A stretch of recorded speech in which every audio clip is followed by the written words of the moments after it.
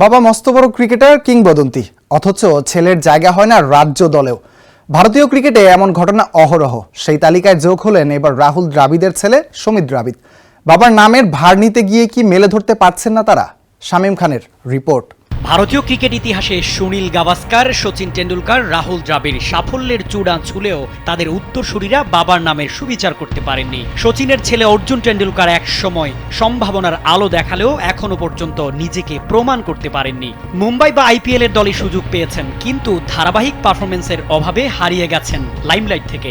বামহাতি এই অলরাউন্ডারের মধ্যে প্রতিভা থাকলেও বড় মঞ্চে সেই প্রতিভা রূপ নিতে পারেনি বাস্তবে। সুনীল গাভাস্কারের ছেলে রোহান গাভাস্কার তো ক্রিকেটকেই বেশি দিন আপন করে নিতে পারেননি। মিডিয়ার মনোযোগ ও পারফরমেন্সের চাপ সামলাতে না পেরে বলিউডের দিকেই ঝুঁকেছিলেন তিনি। বাবার মতো টেকনিক, ধৈর্য কিংবা ধারাবাহিকতা কোনোটি দেখা যায়নি তাঁর খেলায়।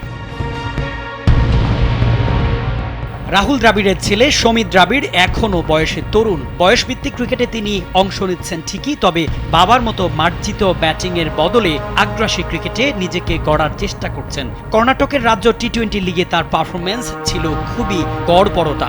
7 ম্যাচে মাত্র 82 রান, আর এবছর তো দলই পাননি। এই গল্পগুলো যেন একই ধাঁচে গড়া। বাবারা ক্রিকেটের রাজপথের দিকপাল, আর ছেলেরা সেই পথে হোঁচট খাওয়া পথিক।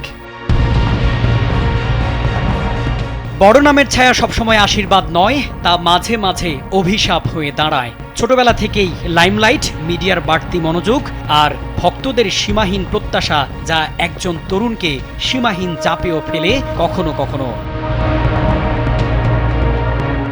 শামীম খান, কালবেলা।